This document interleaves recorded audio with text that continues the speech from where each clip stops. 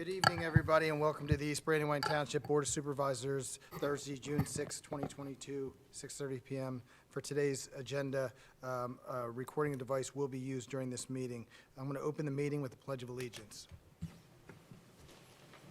I pledge allegiance to the flag of the United States of America and to the republic for which it stands, one nation, under God, indivisible, with liberty and justice for all.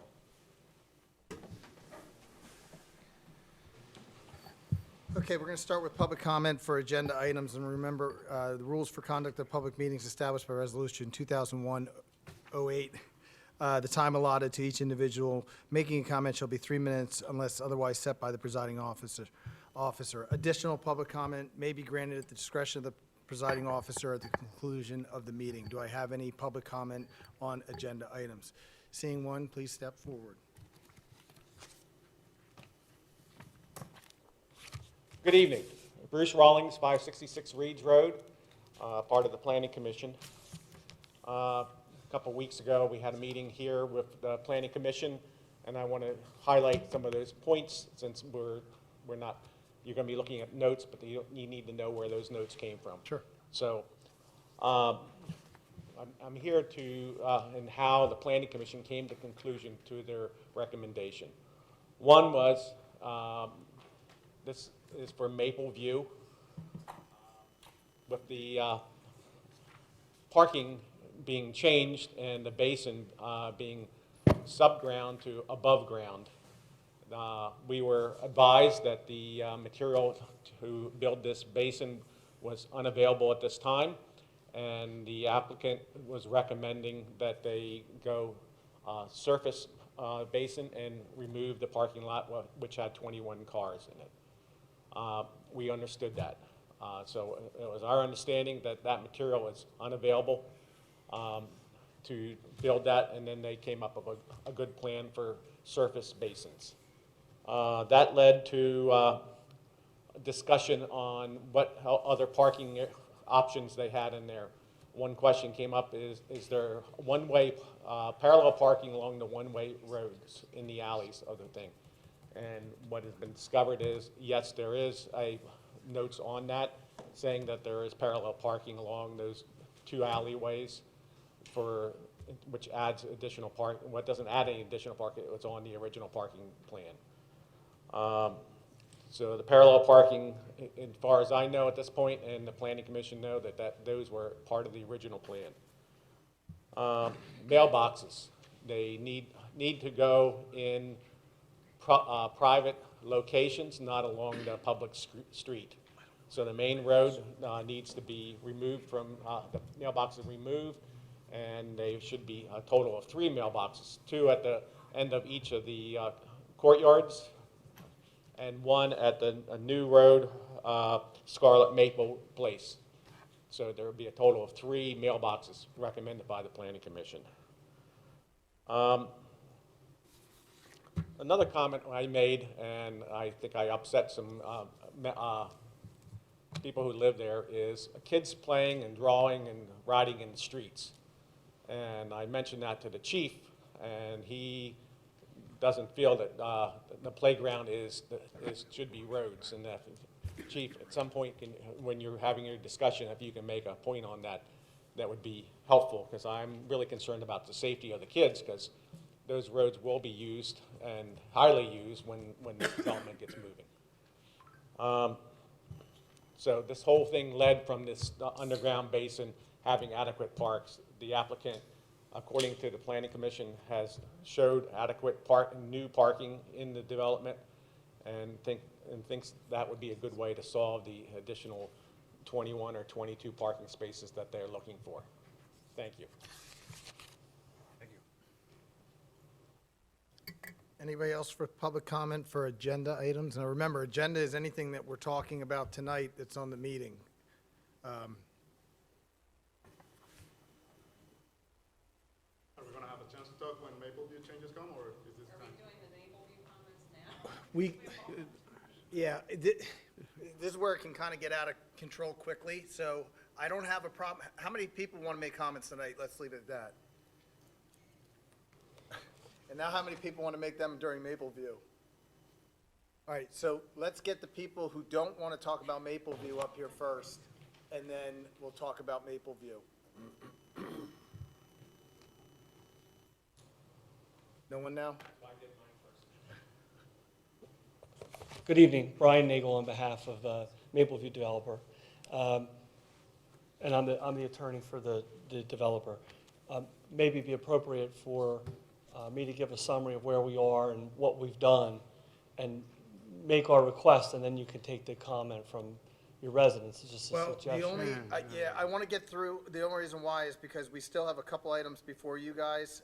So if everybody's here for Mapleview that's going to make comments, I'll close down agenda items, but I'll reopen it up for agenda just on Mapleview. Understand? Everybody okay with that? That makes sense. Okay. All right, so we're going to close the agenda since there's nobody else for agenda. And then we'll reopen Mapleview agenda only. That's it. Everybody okay? All right. So minutes of the previous meeting. Do I have a motion for the Board of Supervisors minutes June 2nd, 2022, the AM session? I move that we accept the minutes from the June 2nd AM session. I'll second. All in favor? Aye. Okay, tonight, I'll give the options to the staff. We've already all had this, but if anybody, yeah, we'll do the treasurer's report first, but just if anybody is not prepared tonight, it's no problem. We have your reports, and we're okay with that. So let's start with the treasurer's report and the authorization to pay bills. I'd like to thank the staff again for getting the information out to the supervisors by Tuesday morning. That's a great help to us in order to be able to review it timely and ask our questions before the meeting, so thank you, staff. So I'd make a motion that we accept the treasurer's report and authorization to pay bills. I'll second. All in favor? Aye. All right, Luke, for the township manager's report. Thank you, Mr. Chairman. Good evening, members of the board. We'll start with a reminder that the Planning Commission will review a draft comprehensive plan and hear a presentation from the consultants Thomas Committa Associates and the Brandywine Conservancy at their public meeting in this room on July 6th at 7 p.m. This draft is a culmination of over a year of efforts by the Ordinance Task Force and this consultant team. I strongly encourage members of this board to attend the Planning Commission meeting, as you will be asked to consider sending the copies of this plan for review by Chester County and our neighboring communities at your meeting on the next morning, which is July 7th. A current draft of the comprehensive plan will be available for public review beginning June 22nd. The website URL will be ebrandywine.org/comp plan, which is COMPPLAN. Staff plans to record a video of the presentation for posting on the township's YouTube channel, and the website I mentioned earlier will also host a forum for feedback on this draft comprehensive plan. This project has been funded in part by a Generous Vision Partnership Program grant awarded to the township by Chester County. Per the second class township code, the Board of Supervisors designates emergency service providers for the township. In East Brandywine Township, we do this by resolution at the annual organization meeting. The 2021 and 2022 resolutions designated Tower Direct Medic 93, also known as MICU 93, as the advanced life support and basic life support provider for the extreme southwest corner of our township, known as Zone 4901. There's a map in your packet. The remainder of our township is served by the Minquist Fire Company ambulance of Downingtown. It was recently widely reported that Tower Direct will be closing the station located at the former Brandywine Hospital and withdrawing service from our area beginning September 1. It will therefore be necessary in the near future for the Board of Supervisors to designate a different provider. I think it's important to note that at no point before or after September 1 will this area of our township be without ambulance services. Chester County 911 will continue to dispatch based on the best available service provider. East Brandywine Fire Chief Vince D'Amico is joining us remotely this evening, and I understand that he will be outlining the fire company's plan for making a recommendation for a different provider for the board's consideration. An update on the bathroom in the community park. As you may recall, East Brandywine Township has a DCNR grant to construct a bathroom in Phase 1. This is the north entrance of the community park. Other sources for funding include the East Brandywine Foundation, the East Brandywine Youth Athletics. In March, in my report, I reported that I had authorized Petershine Brothers Incorporated to drill a 6-inch well for water service. I'm pleased to announce that the well drilled has the yield that is adequate for the project. Pannoni is now finalizing bid documents for site work and utility work with an anticipated date for advertisement on July 5th and 8th. Bid openings are tentatively planned for July 19th at 10 a.m. The Board of Supervisors will be asked to consider awarding a contract at your July 21 evening meeting. The bathroom structure itself is anticipated to be a separate CoStarz, a state contract purchase. My thanks to the Pannoni team and Parks and Recreation for keeping the project moving forward. I'd like to touch on emergency repairs at the lower bridge at Bonsville Mill Park. I'd like to recognize Roadmaster Matt Van Loo and the entire road department for their outstanding work in completing the temporary stabilization of the lower bridge at Bonsville Mill Park. Few parks, public works departments in the region have the initiative or expertise to pull off a similar project in-house. The bridge's abutment had been seriously eroded by the remnants of Hurricane Ida, which struck our region in September of 2021. The repair solution developed by the engineers of the Pannoni team involved staggered, prefabricated concrete blocks in front of flowable fill. The long-term solution will involve the extension of the existing wing wall by a third party. Substantial reimbursement for both the completed stabilization project and the eventual permanent repair is anticipated from the FEMA and PEMA Public Assistance Program. It's disaster relief. With the bridge abutment stabilized, the Bonsville Mill Committee will be able to accept the heavy deliveries, stone and soil required to complete Phase 2 of the garden project. On the subjects of both the hurricane and thank you, attached to my report this evening is correspondence from the Borough Council in Downingtown dated June 3rd.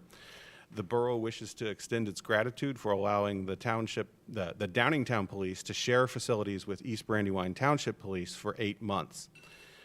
I would also like to express my admiration for the chief and for our police department for their commitment to ensuring uninterrupted police service in our region in the aftermath of that tragic event. And then finally this evening, as is my custom, I want to outline the township events that are happening between now and the next PM meeting of the Board of Supervisors. At dusk on June 17th, there will be a free movie in the park featuring the Disney movie Luca. On June 21st, there will be a 5K run in the park known as Run for the Sun. That will begin at 6:30 p.m. On June 23rd at 6:30 p.m., there will be a free concert in the park featuring the Westchester Swing Kings. On July 7th at 6:30, there will be a free concert in the park featuring Jay Allen's Legend of Elvis. On July 15th at dusk, there will be a free movie in the park featuring the animated feature Onward. And then lastly, on July 21st at 6:30 p.m., there will be a free concert in the park featuring Minerva and Kevin Earl Henry in concert. Respectfully submitted, Luke Revan. Thank you for your patience for a longer than usual report. Thank you. Matt, do you need anything tonight? No, I'm fine, thank you. Okay, I know he touched upon the Bonsville Mill, so that probably summed up a lot of your work recently. Yes. Okay, building inspector's report, we're going to skip as well, just because that's nothing crucial. We have all that. East Brandywine Township Police, do you have a report tonight, Chief? Sure. Good evening. Our police report for the month. The police department attended the 5th grade graduation ceremony at Brandywine Wallace Elementary on Thursday, June 9th. Afterwards, we stayed on site and handed out bracelets to all the students as they left for their summer break. Lieutenant Yankenich and I attended a meeting of the police command staffs within the Downingtown Area School District. In attendance were East Brandywine, Pennsylvania State Police, Downingtown, West Brandywine, Upper Euclid, and West Pikeland PDs. The purpose of the meeting was to discuss some of the policing issues that all of us are dealing with right now and possible solutions or collaborations and assisting one another. Some of the topic areas we talked about included manpower concerns, police testing on a regional level, issues pertaining to the lack of medical facilities and mental health treatment facilities, and how we're handling those. Each of us will also be reviewing our school emergency response protocols, and we plan to conduct additional joint school emergency response training over the summer. This meeting was very informative, and we've decided we're going to continue meeting on a quarterly basis. The total monthly events for East Brandywine were 2,303. We conducted 236 investigations. There were 6 criminal arrests, no summary arrests, 6 warrant arrests. We had no juvenile petitions. Department investigated 8 traffic accidents. We issued 144 traffic citations, 60 traffic warnings, and officers logged 9,537 miles of patrol. As the town correspondence from Downingtown Borough Council, and attached to my report of the monthly investigations and the officer activity reports. Thank you. Thank you. Vince, are you with us right now, Chief? Yes, Kyle, I'm here. I'll just give you brief highlights of the report for the month, and then I'll touch on the EMS situation, because it sounds like you guys have a pretty busy night. So the company responded to a total of 58 incidents for the month. 33 of those were fire related, 25 were medical related. Of those calls, 13 fire calls and 15 medical calls were in East Brandywine Township. We had 9 fire and 9 medical calls in West Brandywine, and 3 fire calls and 1 medical call in Upper Euclid. And we used 204.8 gallons of fuel from East Brandywine and 84 gallons of fuel from West Brandywine, for a total of 288.8.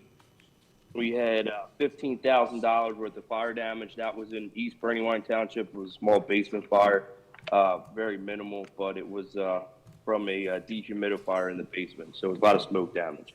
Now I'll just touch on the situation in regards to Tower Health and the closure of Medic 93 come September 1st.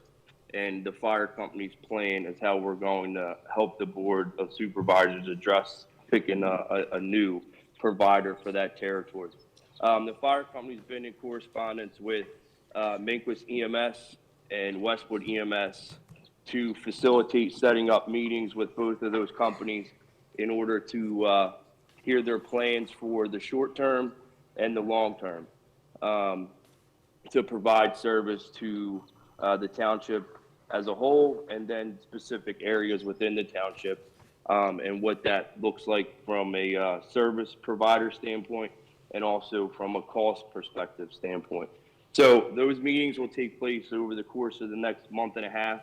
The fire company's goal is to have a answer and a determination by no later than the middle of August, which we feel is very doable.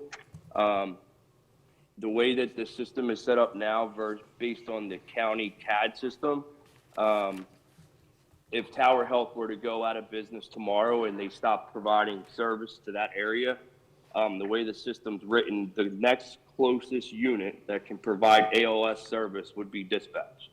So there would be no loss in coverage. It's just simply that the service provider is not listed in the resolution on the township's resolution side of things. So there's some things with that that benefit the ambulance service from a solicitation standpoint, and so on and so on. So that's the fire company's perspective. I know I chatted with Kyle about this yesterday briefly. Had a conversation with board supervisors. Anyone's township staff can come to the meetings once we have the dates. I will keep you guys in the loop as far as the meeting dates and times, and we'll get an answer and a resolution here resolved by no later than the middle of August. Thank you, Chief. And Chief, yesterday when we did talk, I forgot to ask you, what townships are affected besides East Brandywine? Is it West Brandywine, East Brandywine, and who else? So it's, Kyle, to answer your question, it's really everyone west of us, including us. So it's part of East Brandywine Township, part of Callan Township, part of West Brandywine Township, Parksburg, Pomeroy, anything really to the west of us where there was AOS service being provided from other staff or from Medic 93. So it's not just our area that's affected. Really, the next closest medic unit from is Downingtown and Westwood. And then after you get past Westwood's medic unit, the next closest one is going to be coming from like Lancaster area when you go west on the bypass. So it's a massive issue. It's a county-wide issue, unfortunately. And it's not just from the AOS service, it's BLS as well. They're having some staffing issues. It's across the board. It comes from many different reasons. But I believe that after we have these meetings, we'll be able to make the best decision for the residents with the best possible outcomes for all situations for the supervisors and the residents. All right, thank you very much, Chief. And then, Luke, I guess I have a question for you. When were the grants for the COVID relief money? When were all the grants? Was there one more that was still left? Right. So the township applied for and received American Rescue Plan Act, or ARPA, funding directly through the state, for which we used as revenue replacement. The county also received funds from the U.S. Treasury and decided to offer a grant program.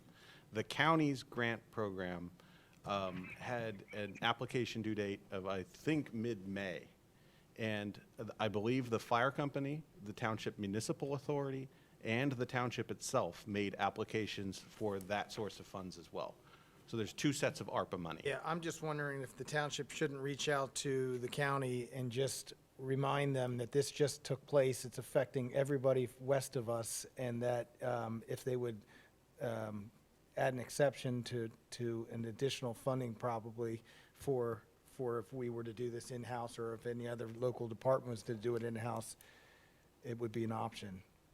Well, the county's program was eligible for nonprofits to apply and businesses. Right, but we didn't know we were going to be without ambulance services until just last week. Correct. If I could put the chief on the spot, Chief, was your application for capital improvements in the firehouse? Yes, so that is where we put our funds in for the COVID money. Right. I don't know if Minquist or Westwood or any of the remaining ambulance services made a request, but it would have been prudent for them to have done so. Unfortunately, the deadline was before the latest round of news. All right, thanks, Chief. All right, thank you. All right, do I have a motion to approve the May 4th Planning Commission meeting?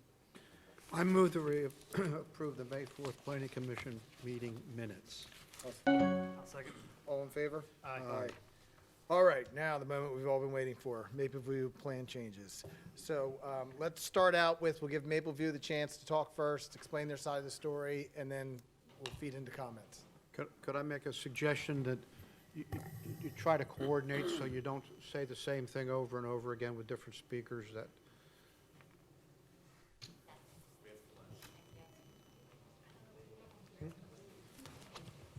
Good evening. As I said, my name is Brian Nagel. Here on behalf of the request for a minor amendment. As you know, originally this was suggested, this change to the approved Mapleview plan was suggested as a field change. We then agreed that it was a minor amendment. I submitted a letter requesting the minor amendment. And we were asked to come before the Board of Supervisors, which we did. When we came before the Board of Supervisors, the Board of Supervisors at that time asked us to go to the Planning Commission and show the nature of the minor amendment, which we did. We reviewed that minor amendment with the Planning Commission.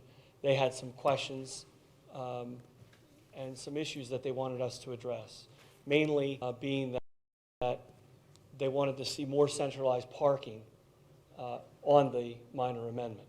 So we went back, we redesigned the plan and got more centralized parking added on to the plan. We went back to the Planning Commission and presented that, and the Planning Commission has now recommended approval of the minor amendment unanimously.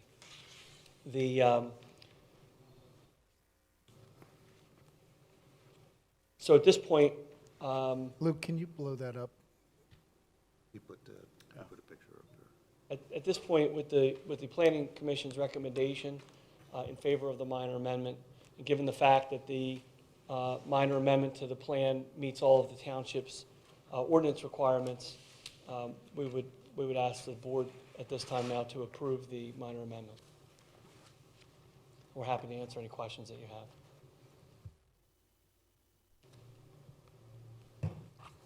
All right, so I'm trying to get my bearings here. Well, it's up there, it's not on the, he has to move the,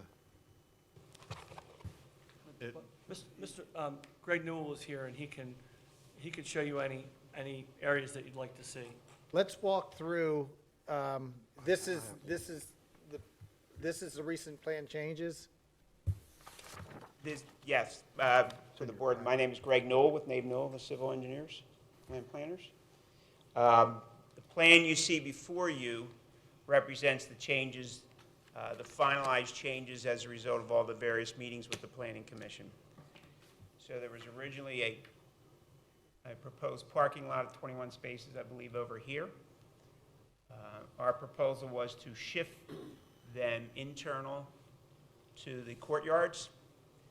So in the end, after multiple discussions, there was a proposal to add them in this area.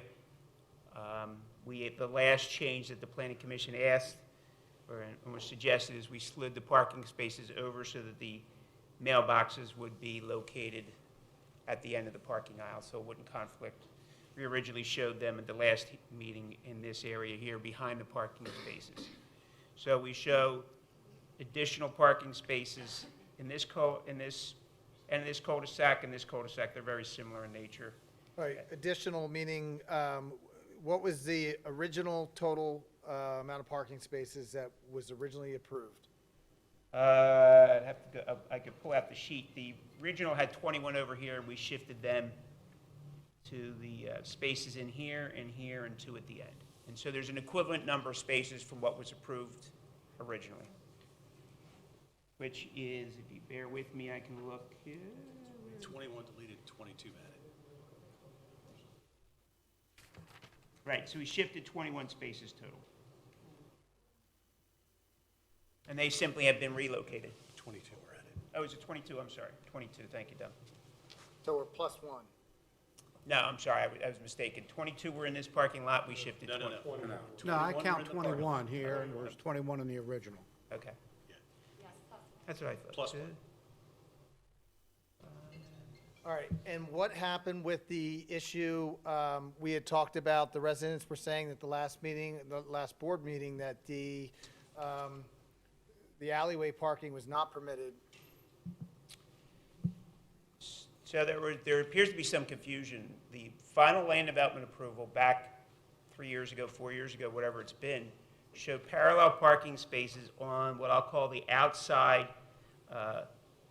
loop of the development. So one side of the Phase 1 cul-de-sac, one side of the Phase 2 cul-de-sac. Those spaces were added after a discussion with the supervisors. They were shown on the final approved plans. And to this day, they haven't changed. Can I just add a little clarification to that, Mr. Newell? I'm sorry, thanks. Because I think I know exactly what you're asking. The issue is there's some residents who may have thought that those weren't available for parking. The only reason those weren't available for parking was because of the construction phase. Right. But it was always on the plan. Kind of remember somebody saying there was a sign there that said no parking. Correct. Yes. It was for contractors during the construction phase, but the end game was always, and is still, remains, that would be available parking. Okay. Okay, just to clarify that. Yeah, thank you. Another clarification. Yeah, go ahead. Yeah, one other clarification on that. The no parking signs for the community are clearly displayed on the final approved plans. And there are many of them. They're associated with the entrance turning radii Right. at each corner, and the south and on the north.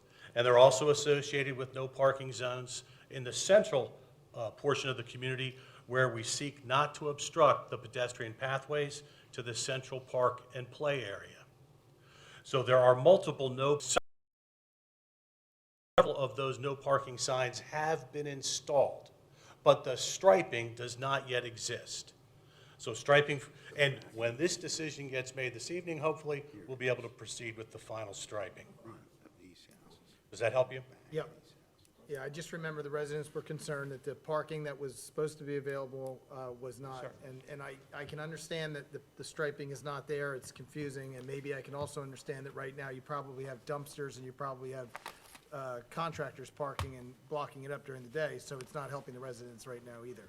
You are correct. Right. You're in a townhouse project. Townhouse project, different from a single family, has complications because people are moving in and you're still building around where those homes might be. So it just adds to, it's a logistical problem as you weave through the construction process. You have workers there, supplies stored, things like that, while people are living and can be living there for 2 years before it's all over type of scenario. So it's definitely a logistics challenge till you get to the final product. One other thing that I think we should just point out, Mr. Rawlings mentioned about the play area issue. I know we asked the chief about it. I think, Mr. Revin, I sent you an email with a link to some renderings of the post. And we're talking about what's going on during construction. I think it's important to see some of the post-construction condition because there is some significant play area in the community that's not there yet, but it will be there. And I don't know if you have that email and you'd be able to pull that up. I'm very sorry. I have a material that was sent by Mr. Sample that I'm prepared to project. I'm going to have to do a little hunting to find an email you sent me. Can we put? Yeah, I sent it. Yeah, I sent it just a minute ago. All right, that's good. Yeah, It'll take me a bit to bring it up, but Yeah, I'll I think work it'd on be that. worth looking at that, because then you could really see the full scope of the available open play area in the community. And I don't know that the residents can see that now in the field while there's construction going on, but I think it would be helpful for everybody to be able to see that, because it gives you some visualization on that issue.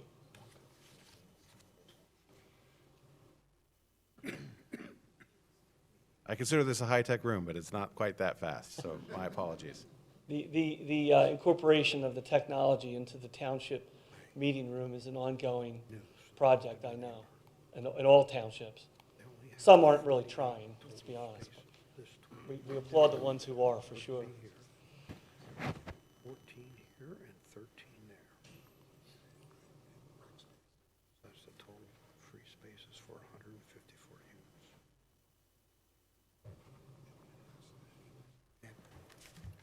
While we're waiting for that, if I may, the rendered plan that we now have on the screen, does that show the mailbox location on the north end of Scarlet Maple Place that was recommended by the Planning Commission? We do not show the third one yet because we would need to meet with the postmaster for that. But you're confident that a mailbox can be placed there? You can't have a mailbox there. Okay. That's the other thing. Yes. They're putting a mailbox back on the road. This mailbox is supposed to go up there. All right, The approved plan. you guys, anything else on your end before I start calling some of the? Yeah. I can't close without reminding some of the members that a big part of this discussion was our ongoing dialogue with our neighbors to the north at Timberlake, who have been in touch with us since 2017, during Scott Pearsall's time as township manager. He was the first to introduce me to members of their board.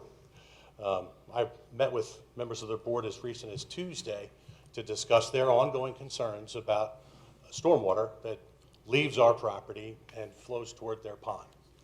Now, when we first embarked upon these revisions, we did not know what the outcome would be. We did not know if the alternative that we looked at would produce benefits to our neighbors to the north. You've heard us testify previously that we'll gain 1.5 feet of freeboard storage capacity in this alternate device.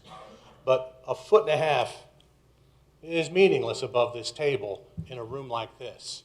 So here's what you should appreciate. That 1.5 feet equates to 1,000 gallons of water. That's 2,500 55-gallon drums. How many would fit in this room? So our ability to increase our stormwater capacity and provide that additional storage and relief from our downstream neighbors is a major benefit of this request. Secondly, in terms of benefits to the local environment, we've got an impervious surface reduction. Now, when we sought to eliminate that parking, we believed it was a matter of our right to do so in an effort to reduce impervious and reduce runoff. We believed that was our right because our proposed parking exceeds the saldo requirement by over 100 spaces. So we did not believe when we first submitted the application that there was any requirement to replace the 21 spaces we proposed to delete. Out of pure respect for the process we were directed to in going back to the Planning Commission and respect of the input of the commission members and members of the community who spoke, we added 22 spaces central to the community. Our concern was, would we just be replacing impervious with impervious in a different location? And the answer is no. We can achieve the 22 new spaces with only 2,600 square feet of new impervious, but we are able to delete 10,000. Now, what does that 7,400 square foot reduction mean? It's a lot like the 2,500 barrels of water we're going to prevent from flowing north in any storm event. That 7,400 square feet is the equivalent of deleting one of the 7-unit townhouse buildings. So we are deleting the impervious and increasing our capacity to prevent the runoff and making the parking more central. Now, last thing I'll say. Multiple parties previously testified that they were not disclosed the conditions of parallel parking in the community. Each resident who makes a purchase from Ryan Homes executes a document known as their plot plan. Earlier today, I provided a copy of just one example, but everybody who purchased a home that fronts parallel parking executed a document that clearly illustrates not only the parallel parking, but the no parking zone, striping zones, and the mailbox locations. There was never any effort by the developer or the builder to prevent people from knowing and understanding the end parking conditions. Thank you. Lou, can you zoom in on the map for 1 second? Yeah, I'm about as close to zoom I'm as sorry, you- zoom out. Zoom I'm out, sorry, there we go, sorry. okay.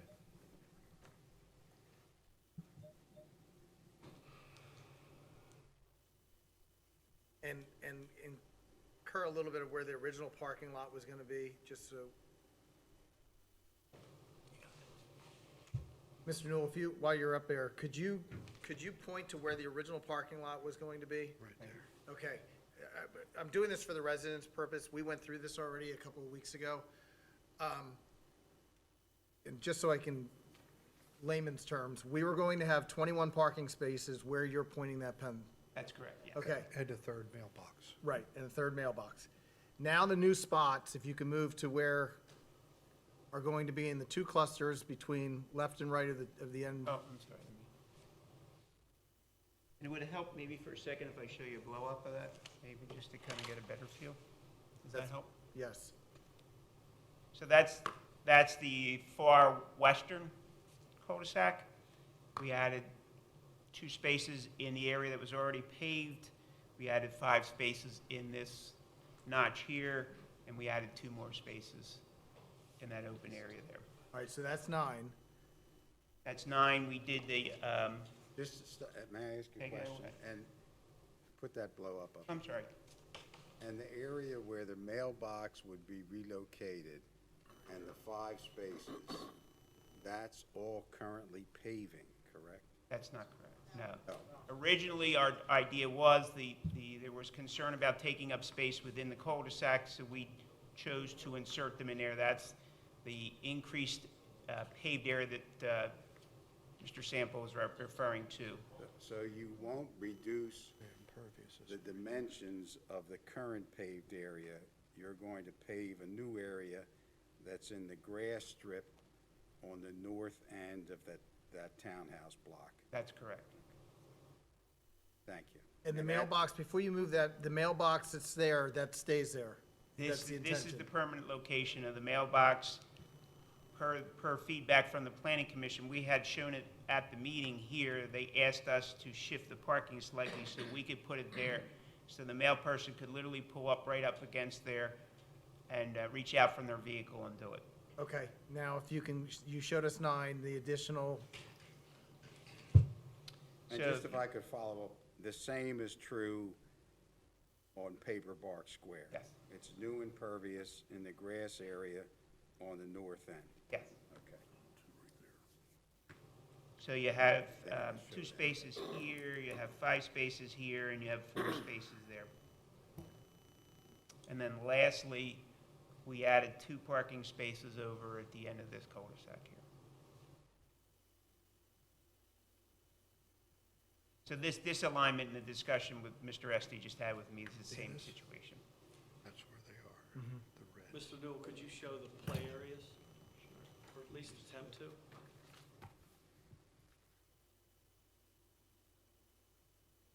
So, along the way in our discussions with the township, as we went through the approval process, there was a discussion of where do we have some play areas, some green spaces.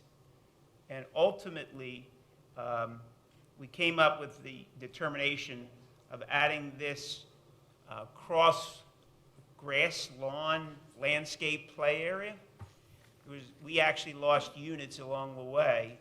In order, we cut units down in here so that we could have a central corridor that was convenient to the community, that it was easy for the residents to get to, and it would be a combination of a passive and active area. So there's a lot of landscaping, a lot of trees, and maybe some hardscape, but we'd also have play areas. So I can show that. I don't know why, Luke, is there any way to, Yeah, I got to zoom back in to get on that one. bear with me a second here. Let's see if that helps. Just stick right on the laser. There we go. Okay, thank you. You don't see this right now because we talked about we're right in the middle of construction.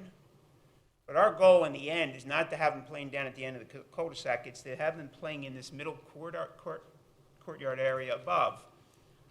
It will be landscaped, some of the areas are open, some of it will be planted, a lot of trees and so forth.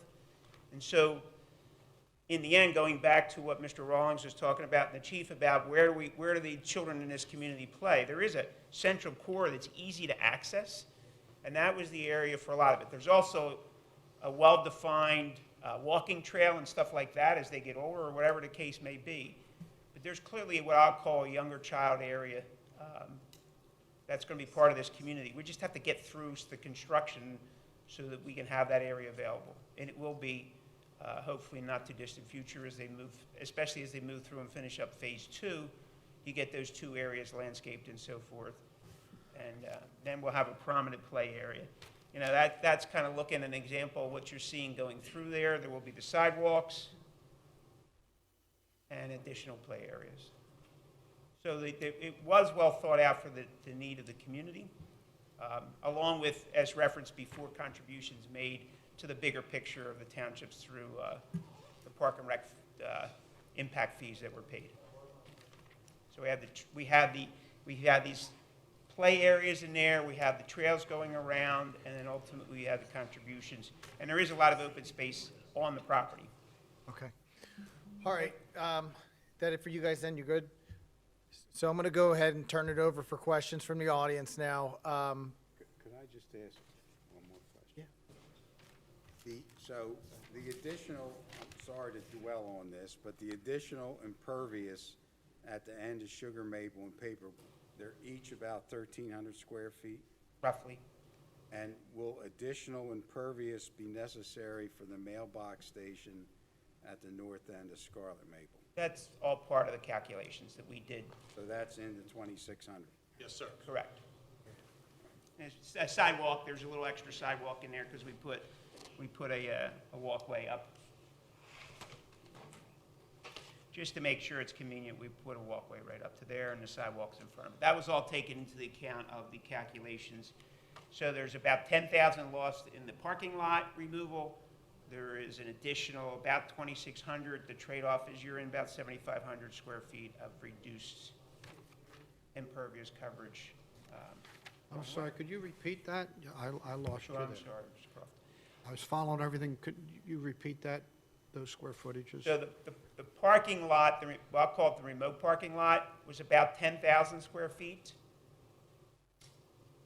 We'll remove that completely. We're adding back in at the end of the two cul-de-sacs and the additional parking space, roughly 2,600 square feet of impervious coverage. So the net reduction is about 7,500, 7,500 square feet. May I ask how big those parking spaces are?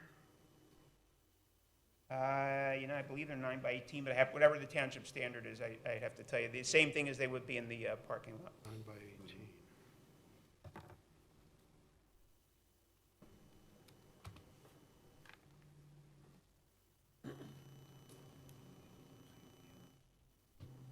That's 3,400 square feet, not 2,600 for just those 21 spaces.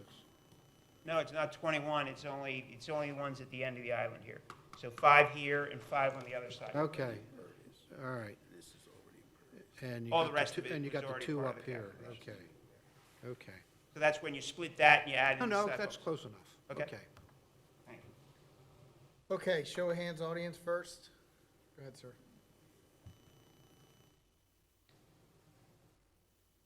Hello. My name's Kelsey. I'm in 291. I have an N unit.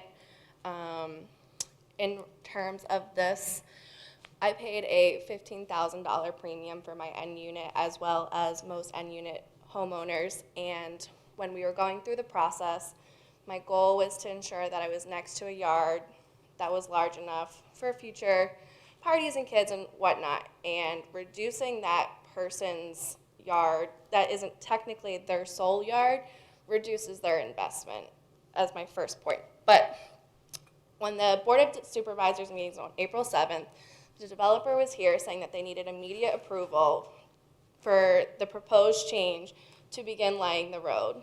They had to go back to the planning committee, and at the planning committee on May 4th, they again reiterated that they needed immediate approval so that they could begin laying the road on May 16th. They were denied the approved change in that meeting, and they had to begin laying the road. Then we get to the June 1st planning committee, where there's an issue now with COVID, and they knew since summer of 2021 that there was going to be a supply chain issue.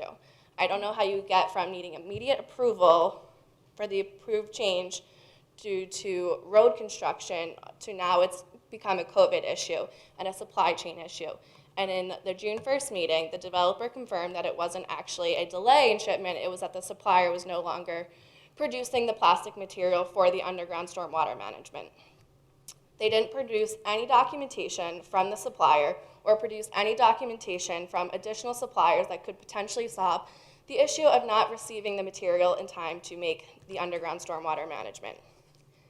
That underground stormwater management has been included in our closing costs in some form or fashion. I've paid for that.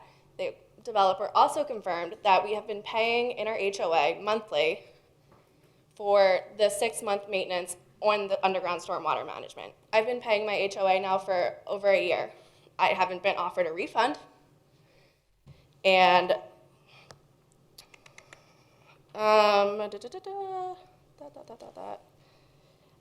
we also asked for the cost difference between the above ground and the underground stormwater management system. We have not received any documentation on the potential savings to the developer. And then the developer has reiterated that it's some 500 and some parking spots that we're getting. in the development, which is above the township's ordinance of 370 or 80, I don't remember the numbers, but it was around there. But that number gets very skewed when you look at it holistically of an entire development of 154 houses. There will be 49 parking spots of overflow parking. So when you say there's 570 parking spots, it gets a little different when you're saying there's 530 parking spots that are tied up in private residences. I don't know how you expect a community of 154 houses at the completion to utilize 49 parking spots of overflow parking on any given random Saturday, holiday, birthday, graduation. If I have my family over, that's 6 spots of overflow parking that I would need. You only need 8 or 9 houses in total to have a party on the same day where our entire overflow parking is utilized, which doesn't work long term. There's going to be issues. There could be multiple complaints with the police department of moving, and it's going to be a hassle for the residents in a long-term view. With the snowplow, with the alleys being private drives, we're responsible for our own snowplow. I will show you what the current parking situation looks like with cars already parking in the alleyways.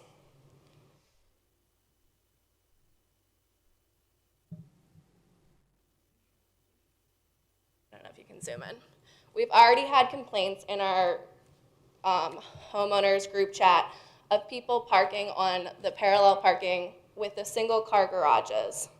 Now, the issue of not having an overflow parking lot in terms of this parallel parking is there's nowhere to put snowplow.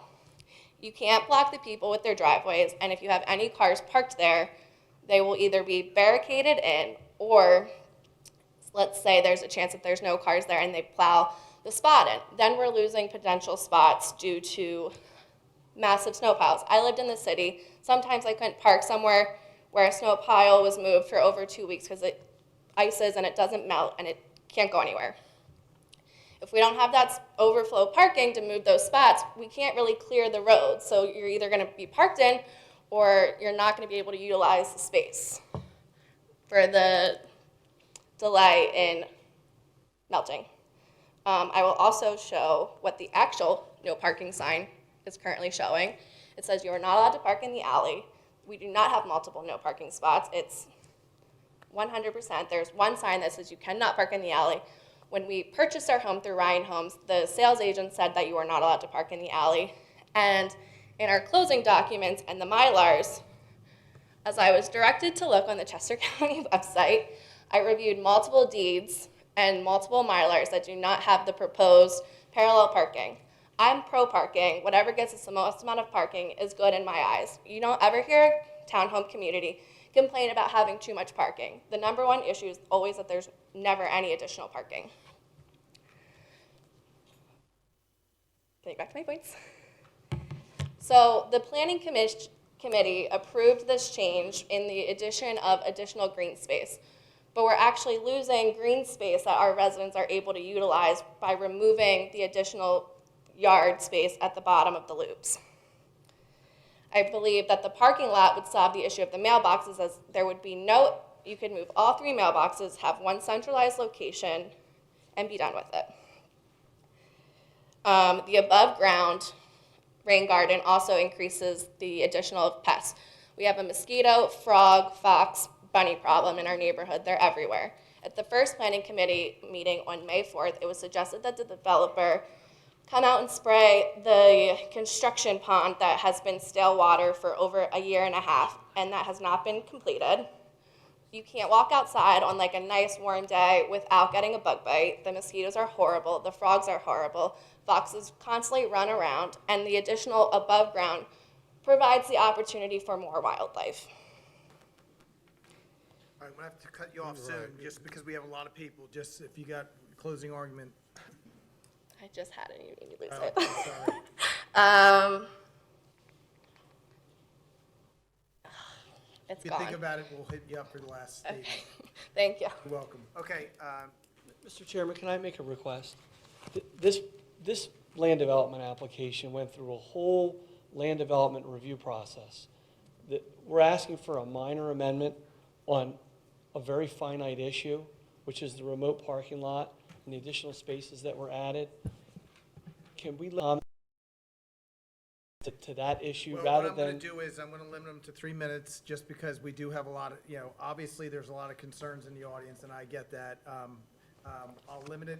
We only had 12 people that raised their hand before. We just went through one. So what I don't want to have happen is I don't want to see 15 hands go up now. I gave you guys the opportunity. I was upfront and honest with you to get in there. But we have, if you guys even want to hash it amongst yourselves, you had originally 12 hands that went up. We're down to 11 right now. Who's the 11 that wants to be up? Sorry, we have a specific order to talk, so from the neighbors. So Kelsey was the first one that we wanted to talk, and we have a couple of people that are gonna go next. We're not gonna be repeating the same comments, okay? Okay. Thank you, appreciate that. Remembered my last. Yes. I would like to also show this picture. This is the current proposed area for the change in the rain garden from the parking lot to the rain garden. If you can see, it's kind of blurry, but there's already a map out of what appears to be the rain basin. This developer has not received approval from the Board of Supervisors to begin construction on this rain garden, and from what we can tell in the picture and the area of where this is located, it would appear that it's already been mapped out. And I don't know the laws, but it just doesn't seem accurate or acceptable. Thank you. I can't do it a fourth time. I can't listen to these allegations, many of which are untrue. And I've been put through this now for the fourth cycle, okay? It's not kosher. One of these false allegations is that we needed an immediate decision. We requested an immediate decision with respect to proposed parallel parking that came from your planning commission. We requested that because our approved plan and our approved curb line would need to shift prior to our paving date. We were denied that for very good reasons, so we proceeded with paving. We did not move that curb line. Those reasons were legitimate. I'm going to excuse myself from these proceedings if you may choose to entertain all of these comments, and they'll be recorded in the minutes. But it is largely inappropriate. This is not the forum for consumer advocacy or consumer complaint resolution. Well, I think you gotta be respectful. You are asking to take a parking lot out of the equation, and you're asking the board to change a plan that was already approved. So Yes. So there is exception to the rule, and we are talking to the residents the same as we are talking to you. And I don't think anybody's getting preferential treatment. What I will say is, I'll ask the residents to speak, and I'm not gonna give them a rebuttal. I will give you, one person from your team, a rebuttal speak. That's it. And then we'll move on, we'll make our decision. I'm not gonna have everybody come up here and debate each other's comments. I'll let the crowd go, the audience go, and then you guys have one person on your team that can speak for you at the end, and that will be it, and we'll move on. I appreciate that. We're not here seeking additional input and additional revisions or other ways to achieve the end goal. We were given guidance that if we were going to delete that space, the 21 remote spaces, we needed to come up with 21 equivalent spaces that were interior to the community. We accomplished that, and we satisfied your planning commission with a unanimous vote. That's the matter before you. I'm going to excuse myself, and I'll allow our esteemed counsel to do the close. Great, thank you. All right, go ahead, sir. Hi, my name's Marissa Cody. I'm at 255 Sugar Maple at the bottom of the first square. I'm hoping that just a handful of us can come up, and we've all been talking and meeting together, so we can just kind of cover it with just a few of us. Can you talk more into the microphone? Yes, I'm sorry. And everyone else, I think, is here to show support of these topics that we've kind of already met and grouped together about. So obviously the parking lot, I don't know if it's possible at this point to keep the lot, because obviously that would be our preference. I completely understand the supply chain problem. I'm a nurse in the operating room. I mean, I see it, right? Like, I get it. So I understand there's a plan B and we have to work it out.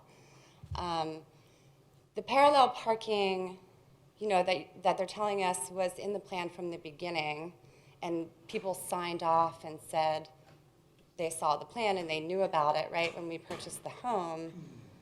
then, shame on us, I guess, for being naive. But no one knew that this was the plan, and no one knew that it was going to be a one-way square. I have small children, and we're at the bottom of the block, and I also paid for a premium lot down there on the corner so we could have space to play.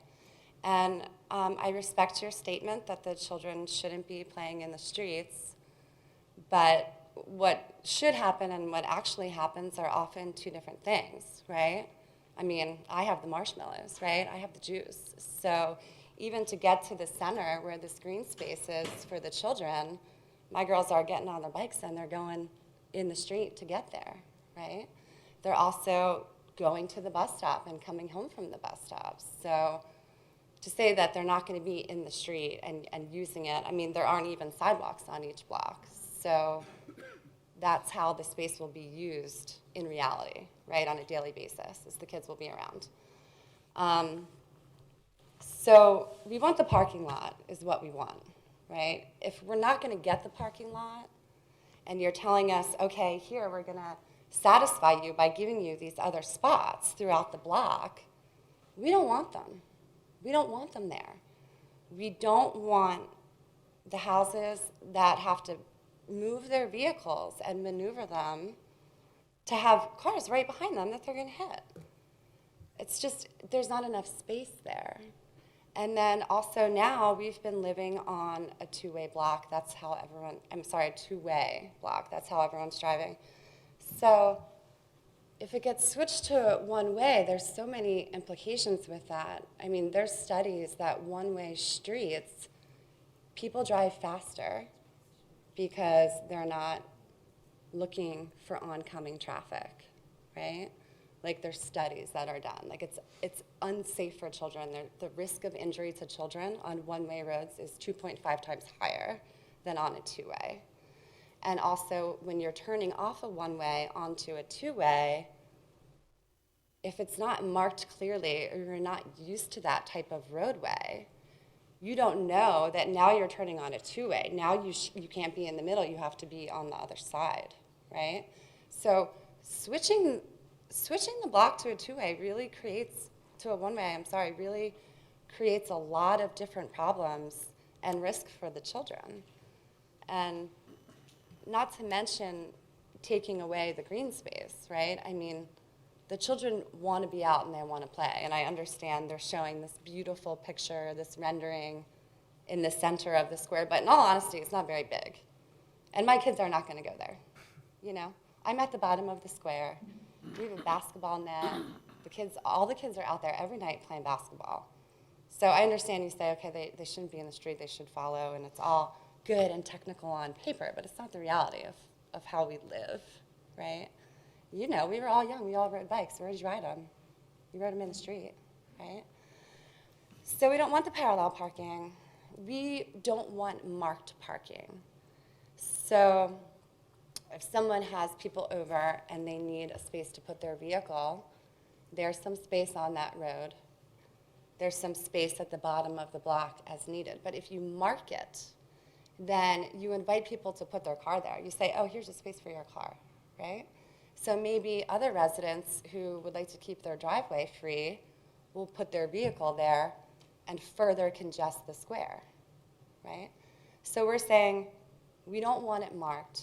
We don't want the parallel parking. We don't want this additional parking at the bottom of the square.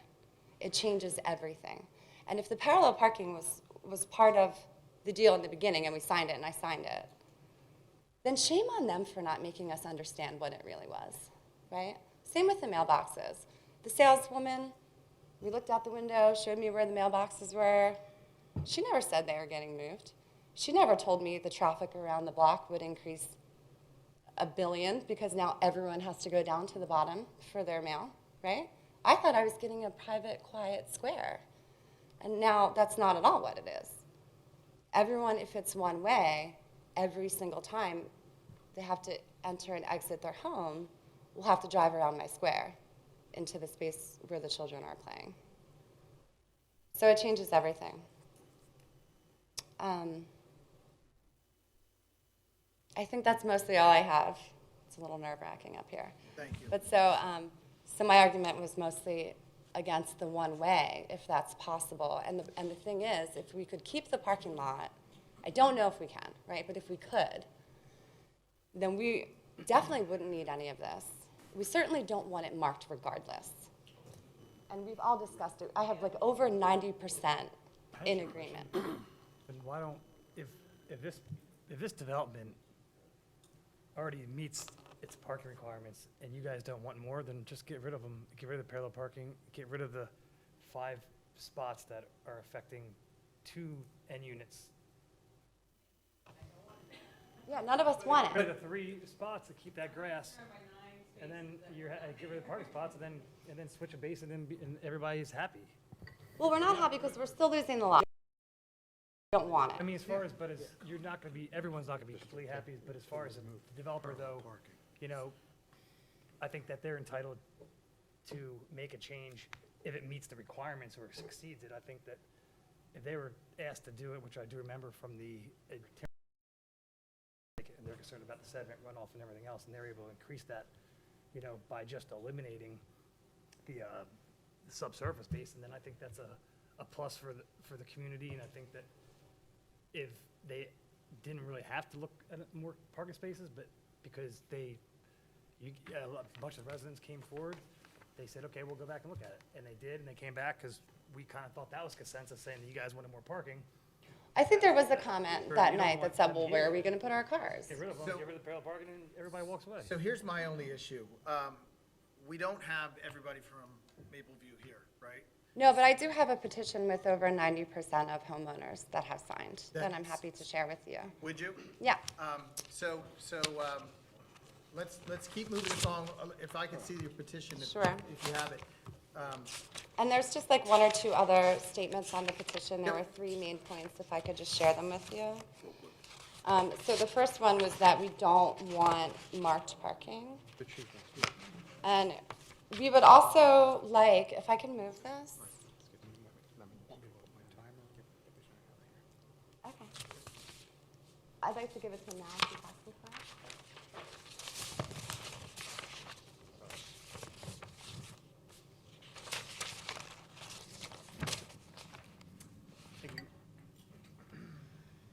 Did you give one to, okay.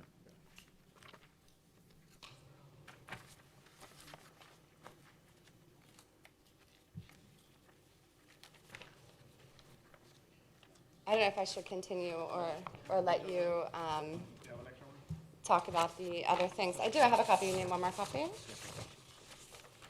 All right, well, let us digest this for a minute. Chief, go ahead. I just want to clarify part of the statement you made. There's a perception that you have, apparently, that I made a comment that the children shouldn't be playing in the street. But now that you've made that, I will say, yes, that is exactly what I believe. The conversation that Mr. Rawlings and I had after the last meeting Yeah. was based on a statement, and part of the argument was that the kids need a place to play. They're going to be out there playing in the street. They didn't want the mailboxes at the end. Too much traffic's going to be coming through. Nowhere on this God's green earth would I ever tell the residents or the Board of Supervisors, and I think I can echo for them, we cannot approve your children to play in the street. No, yes. The streets are for Understood. traffic. The end of the cul-de-sac is for traffic. And you are right. In reality, do the kids play in the street? Yeah, they put their basketball nets up, they play basketball and whatever. But as part of your arguments tonight, do not make part of your argument that your children need a place to play, because the board can never take that into consideration in regards to what happens with parking spaces, you know, the mailboxes and whatnot. Okay. I totally get it. I've lived on a cul-de-sac. I live in a townhouse complex. All of these arguments that you're making tonight, I've been through with my HOA and whatnot, okay? So I just want to clarify that, I do recommend to the board, and they know, not to take into consideration the children playing in the street. I get it. They'll ride their bikes, they'll do all that. I'm glad to see the developer kind of clarify what they're gonna classify as play areas. I'm glad to see that put into the plan. And again, these type of things are what happens in these kind of developments. And it is hard to see during a construction phase how the whole thing's gonna turn out. But I just wanted to clarify that before we move forward. Thank you. I appreciate that. And I do, you know, I'm not very versed in this to understand like what is considered and what is not, right? So I'm only here to say, this is how we live and this is how we're seeing it and feeling the changes. We appreciate your personally. comments. Okay, I'm going to have to ask you if you don't mind stepping down, and Thank we'll you. let somebody else come up, and we'll try and move this along again. Thanks. Sure, thank you. All right, good evening, guys. My name is Tomas Zambrano, 257 Sugar Maple Square, part of the board for the community. Michael, thank you for being here. We can definitely end this discussion today for you being here so you can make the decision. So, I'm sorry I don't have a copy, I'll give it to you. Kyle, Jason, Carr, everybody else. So we had this conversation a couple of weeks ago. We went to all the neighbors. We knocked on every single door. We talked to them what they want. We came up with a proposal that basically, right now, it's 93% of the residents signed that they're in agreement with that. The remaining 7% are properties that are either rented, so we couldn't reach out to the landlord, or people that is basically in vacation, they couldn't sign in person, but they call and say, I'm in favor of this. And one unit, of course, is the model house. So I can say with all confidence that this proposal is basically approved somehow or recommended for approval by our community, and it's what our community will appreciate the developer to consider as a way to compromise, okay? And I'm gonna read it, Michael, so you can just be aware.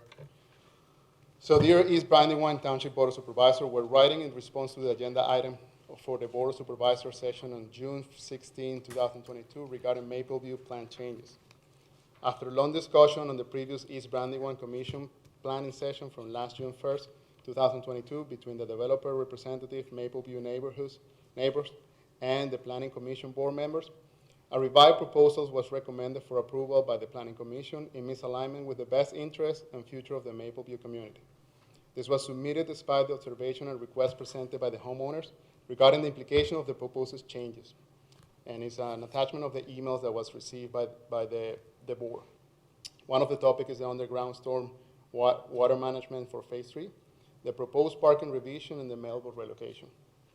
In response to the developer proposed changes regarding the replacement of the Phase 3 underground storm water management system with a rain garden solution and eliminating 21 parking spaces originally planned above this facility, the Mapleview community residents accept the proposal.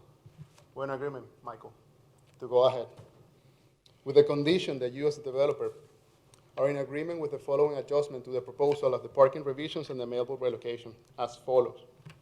Regarding the location of the additional 22 parking spaces proposed by the developer, the Mapleview community residents request the elimination of the 5 additional parking spaces at the bottom of Sugar Maple Square and Paper Bar Square, maintaining the original design as a green space. Basically what we're referring, this area that is currently a grass, and I'll put a picture here, just keep it as it is. Our neighbor here, Jackie, she paid a premium to be in that last unit. We completely understand that what she pays is for her house. But you pay and you thought that you were gonna have space that now it's been taken away. The expansion of the rectangular paved area of 10 feet on each side at the bottom of Sugar Maple Square and the necessary extension at Paper Bar Square to increase future parking availability as needed. All right, so let's stop right there. Let's zoom in on that if we can. Yeah, we have, thank you for the plans. Appreciate it. No, leave it there. So basically what we're saying, and you guys are looking at here very clearly. Here, where there's proposed 2 additional parking spaces, there is 15 feet to the electric box that is here. What we're asking is, here's right now at this area, there's a container with construction materials. What we're asking is if this area can be extended 10 feet here on the side and extended here on the right for 10 feet. There are 20 feet to the pond basically you will extend 10 feet and leave 10 feet additional as a separation to the storm system that is there. Will give us additional space in the rectangular area for So future where parking. your pen is right now, back up, go, yeah, that's on somebody's driveway right now? No. What is that? What is that? So this is the sewer facility, sewer. the sewer station. Oh, okay, got it. So what we're asking is basically here from the corner, just extend it 10 feet, extend it 10 feet to this side, to the left side, and pave all this area. This will definitely increase our area for parking drastically. At the same time, increase 10 feet here on the right, which will, same thing, will increase drastically the parking space. And we'll still have 10 additional feet of separation to the basically the facility that is there, the water facility that is there. The inclusion of the 2 additional parking spaces in Scarlet Maple Place, which is on Phase 3.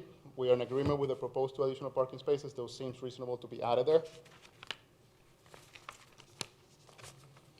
Maintain the street parking without painting or stripe to allow Mapleview community residents to decide on the market parking space once the board is transferred to the HOA. So basically what we're saying is just pave this area and do not stripe it. We're okay with that, to be left like that at the moment. So, Tom, is there any issues if it's an HOA with not marking out the, striping out the lots, the little lines per the not Saldo, but per the original approved plan? Is there any issue by not marking those out? And I understand what you're saying, the HOA could come back and paint them black. Yeah. You could do that. Yeah. But I want to make sure that Yeah, no, we're please. covering We all want to bases. follow the ordinance and whatever the township requires. I don't see a problem with that. Okay. In other words, if there was a plan amendment approved that required 10-foot more of paving on both sides, it doesn't have to be striped. Not only that, though, but I think what I'm hearing is you guys also don't want the stripes in the alleyways, is that what I'm That hearing? is correct, yes. They're not, I mean, Might as well redo the whole. These Well, areas. no, meaning they can still park there, but they're not gonna advertise, is what I think I'm. Correct. Thank you, Cal, appreciate it. Yeah. So what we're basically, in regards to the painting and the stripe, what we're basically saying is, we appreciate if we leave the area raw somehow, so we don't invite people to park, but the parking space is available there for any event or anyone that is coming to visit, then they have the space available. We're not inviting people to just park there permanently, which is gonna transform in an issue in the future for the HOA, for the plowing companies, for everybody. And did the residents take, majority of the HOA yet? No, that's why we're saying to leave it like that and leave it until the board is transferred to us. Right. So we can then come to this township if we need to make any recommendation, or if we want to stripe it, or if there's any decision around how to mark those parking spaces, the community will basically vote and in those meetings and come with a, How this is many what. members are on the HOA right now? Right now, I'm the only member of the board as a neighbor. Yep. The board, of course, is, Michael is the president and the remaining of the development company, so. All right, when's your next turnover for the next HOA member? I think right now we're 75% occupancy, then we would turn it over. We're around like 50% maybe right now? About 50%. Okay, I'm just trying to keep ahead of where we are with residents. Thank you. Okay, good. So this proposal, and actually I revised it and I think I came short. This proposal will leave approximately 15 parking spaces available for the community. Board members can manage the notation of such parking space once the board is transferred to us. Additionally, the Mapleville community residents declined the placement of parallel parking space located in Sugar Maple Square and Paper Bar Square, currently signed as no parking in alley, and maintain the two-way driving around the squares. The above was not disclosed by Ryan Holmes to the buyers in any of the documents provided before and at closing. The placement of such parallel parking will cause congestion, impede the proper in and out of the front garage residence, create the need for a one-way driving, and compromise the capacity of the snow removal companies to properly perform their work during the winter season. The Road Commission opposed to this parallel parking proposal, as they consider it is unsuitable to maintain clear the roads, an issue that was addressed by the Planning Commission in the last meeting. It was indicated that the township responsibility was to clear the snow at Glory Maple Lane, the main road, from the community, and it's the HOA who will need to manage the maintenance of the rest of the square, transferring basically the problem to our community as a homeowner.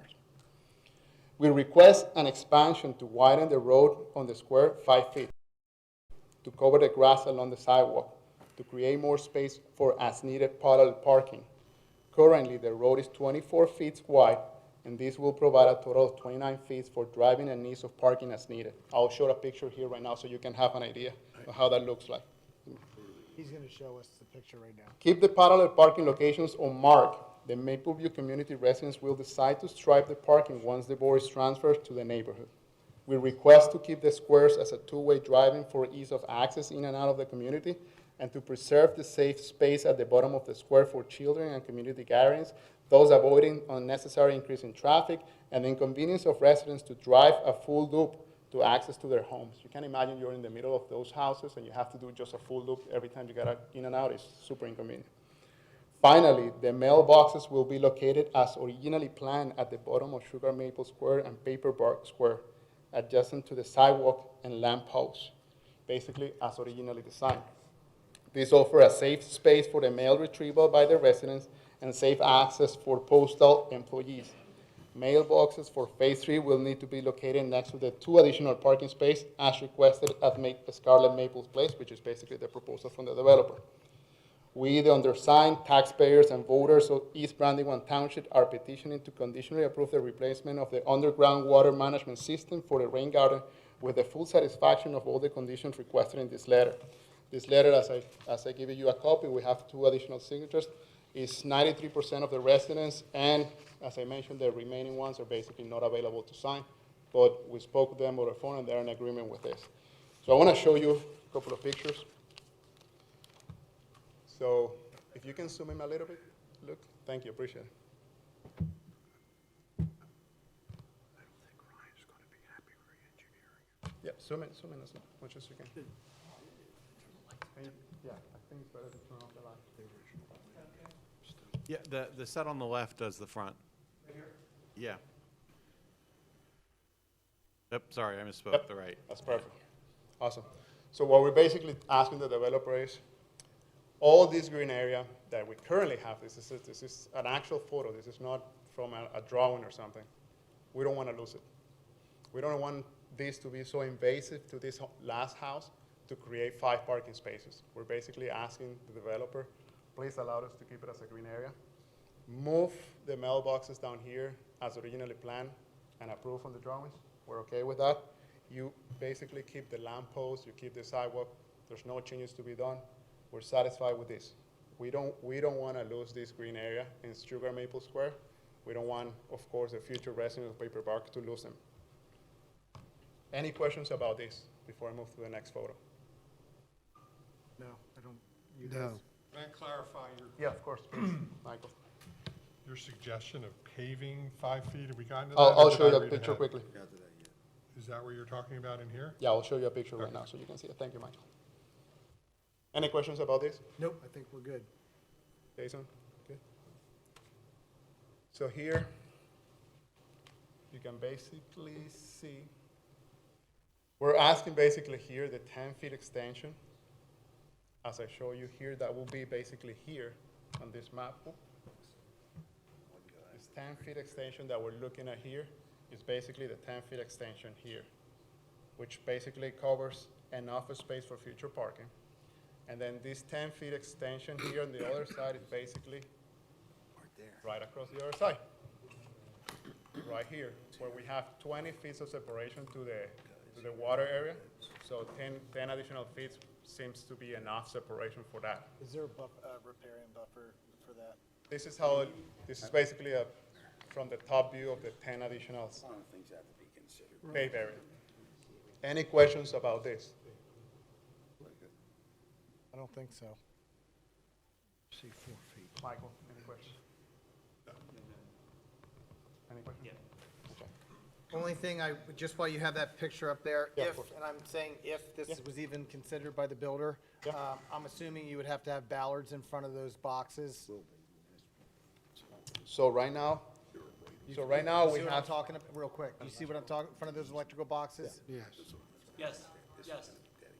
I don't know whether there's also setback requirements from there, so we'd have to. Right, I know, but I just wanted to point that out. Clearly, we couldn't have parking right in front of an Yeah, electrical box without having. completely understood, completely understood. There's right now 15 feet, so we're asking for 10 feet. It leaves additional 5 feet. We can put up the end of it, just to make sure, cars cannot go more than that, and that will basically satisfy that. Any questions about this photo? No. Thank you, Kyle. So what we're asking then, Michael, to answer your question, is a photo from the top, a photo from the bottom. This street is 24 feet wide. There's 5 feet separation between the street and the sidewalk. Right now, these 5 feet, basically 2.5 is grass, 2.5 is dirt. Basically, during the winter season, salt and the plow basically destroy it. And right now, basically, cars are parking on top of that area. And they're parking on top of that area to ensure that there are the less inconvenience to the people in the front garage doors. So what we're asking is, let's just get rid of that because it's going to be a constant problem every year. Let's just pave that similar to how we have at the bottom of the street, next to the sidewalk. That will give us an extra 5 feet extension. And basically, if a car wants to park there, they will have better way to maneuver getting in and out of their garages with those 5 extra feet. Definitely, we measure it, put a sedan there, and it's way, way more convenient for a front garage neighbor to be in and out of their house with this 5 extra feet extension. We understand that right now, below this grass, there's electrical pipes, there's gas pipe, and we understand that there has to be probably some research around how do we make that feasible. But of course, Michael, you have all the knowledge, technical support to do that. We don't. But that basically will be a compromise from us. It will give us those extra 5 feet. We don't want them to be striped, and that will, what that will make is that we won't need to be a one-way road. We'll have enough space to basically go in and out as a two-way road. Any questions about this? Sorry, before I move on. None. I want to make a comment. Replacing 21 parking spaces with another 21 parking spaces and thinking that that's a solution doesn't mean that really satisfy the people that is going to be living there. What we're coming is here, let's put a solution that actually satisfy the people that is living there. We want a solution that satisfy the neighbors, not the township. The township is not living there, right? Of course, the township, you guys need to approve it, but at the end, we're going to live there for the next 10, 15, 20 years. So the idea is that the solution, the final solution, basically satisfy what we want, to be a place to live there. Michael, I have to come, and I'm sorry that Don left. We went through all the documents. This is all the documents that we have in our closing document. And I think, Thomas, you mentioned that we have to go and look at the recorded documents. These are recorded documents stamped on the county. These are the amendments, the first amendment, the second amendments, and the drawings. In none of those documents shows that parallel parking across the street. In none of those documents shows there's a one-way street. So when Don mentioned those drawings were already approved and submitted and recorded, we went through all the recorded documents, and there's nothing that shows that. I want to show something else.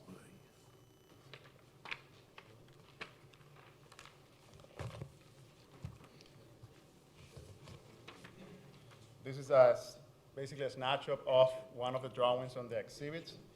If you zoom in, you cannot see any parallel parking on those drawings. This is coming from recorded documents. In the last meeting, it was mentioned that we have to see the recorded documents, not the documents from Ryan Home. Sure. It's that the recorded documents doesn't show the parallel parking or the one-way street. In another exhibit, shows the same thing. There's no parallel parking across the street. There's no one-way route. Similarly here, it doesn't show. We went through all the drawings that are available in the recorded documents. It doesn't show anything like that. Another drawing on the recorded documents doesn't show the parallel parking. Can I just mention one thing? Yeah, please, I'm Michael, not go ahead. No. disputing anything No, please, you're Michael. saying there, because Don's really focused on this. Luke, Don sent you something today as an exhibit to potentially show that shows the parking? Yeah, first of all, just to keep order here, all comments should be directed to the chairman. And if I may make a recommendation to the chairman, I do have that exhibit, and I would ask that you reference that in your closing. Yes. That's my recommendation. You're the chairman. So here's what I would like to do. Anybody who is not spoken for out of these 93 homeowners, is there anybody here that's not spoken for in this letter? Because I think we're really getting, into the weeds here, and obviously we have a commitment to be fair to you as well as to a builder, and I want to be clear.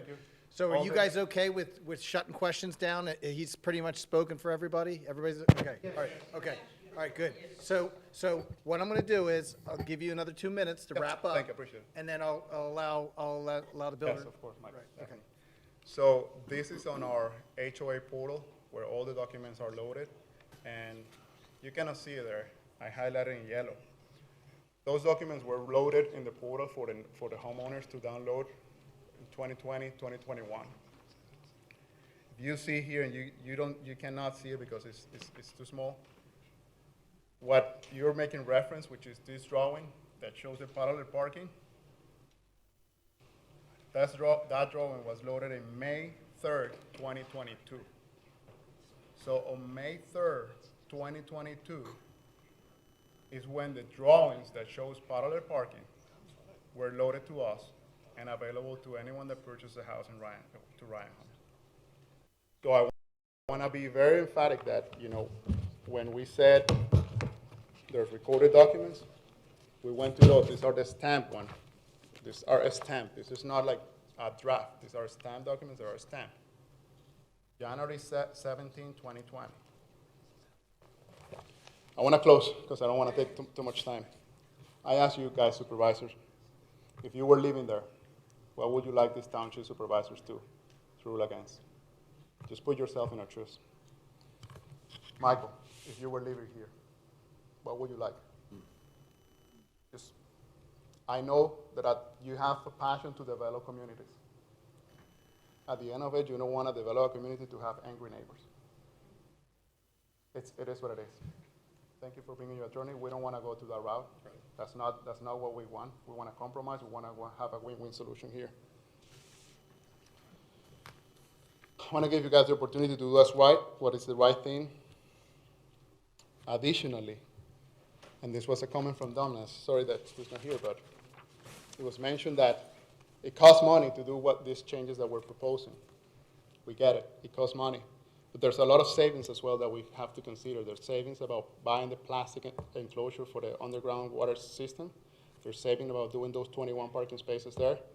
And what we're telling you right now is probably a minor cost to the comparison to that cost is to extend the pave area at the bottom and then pave all the way up there. And that'll basically satisfy what we're proposing. We understand there's costs, but they understand as well that there's savings, and we can basically match, what we're asking for. I'll give us the opportunity to have this neighborhood to be happy with the final outcome of this discussion. Michael, you have the opportunity tonight to close it. Honestly, it's your decision to say, yes, you know what, let's compromise, let's make it happen. We don't need to come again. Next time we show the drawings, this is what we want, this is what you want. Done deal. We don't want to take the route of engaging attorneys. That's not what we want. It's not my time what I want to put an effort for that. I guess you don't want to do that. So thank you for the time. I appreciate it. And as I mentioned, everybody is here. They wanted to speak, but this letter speaks for all of us. Okay. I appreciate it. All right, so I'm closing agenda on this item, but I do want to say,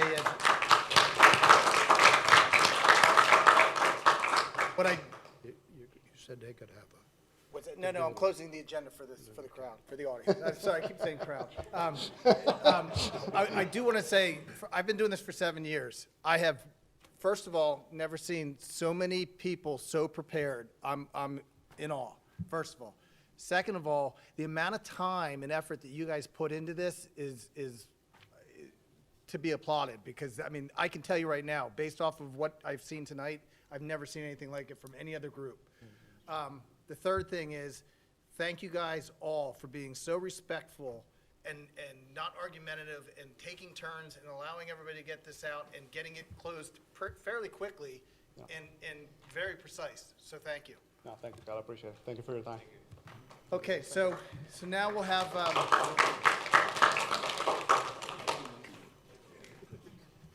see what Don missed. Brian, do you want to, give it a call? I'm going to let Michael, Although he did say his esteemed counsel, I so. understand. I'm sure it won't be the last time I speak tonight, but we'll let Michael speak to the residents here. I appreciate your time, and thanks for letting everybody speak. We pride ourselves in being a great developer and trying to work things out. We've been in this township now 5 or 6 years.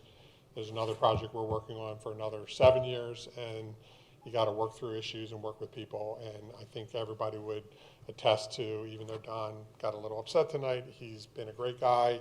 We try to work through things and try to make everybody happy. We appreciate what they're looking for.